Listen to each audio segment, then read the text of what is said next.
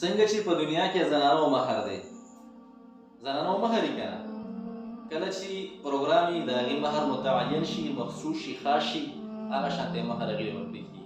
دغه شانتې د جنت د حورو مهر دی.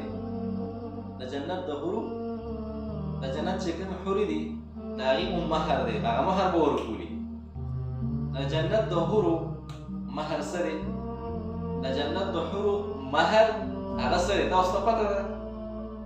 حسن بصري رحمت الله علیه فرمایي وایي د جنت د حورو مهر په جومات کې جارو وهي. په جومات کې جارو وهل دا د جنت د حورو مهر دی. حسن بصري رحمت الله علیه فرمایي وایي د جومات د مسجد دیګ بال کول، په هغې کې جارو وهل، د هغې خدمت کول، وایي دا د جنت د حورو مهر دی.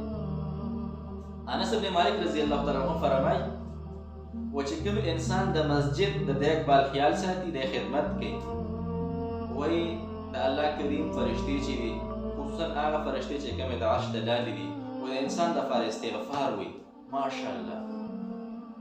او عمر رضی الله تعالی عنه فرمایي، امیر المؤمنین عمر رضی الله تعالی عنه وایي په ځمکه باندې د الله کریم کورونه مساجد چې دي، په ځمکه باندې چې کوم جوماتونه مساجد دي، دا د الله کریم څه دي؟ کورونه دي. او چې کوم انسان د الله کور ته راځي، وایي دا انسان د الله زیارت کوي. او چې کوم انسان د الله زیارت کوي، وایي الله کریم به خامخا زیارت کوونکي ته خامخا څه ورکوي؟ د هغه اکرام به کوي.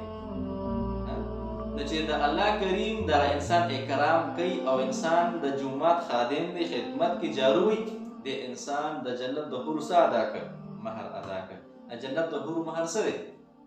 د جومات خدمت کول، هغې کې صفایي کول، هغې کې جارو وهل. ماشاءالله الله دې موږ ټول د جنت د مساجدو څه وګرځوي؟ خادمان وګرځوي. صحیح ده که نه؟ آمین یا رب العالمین.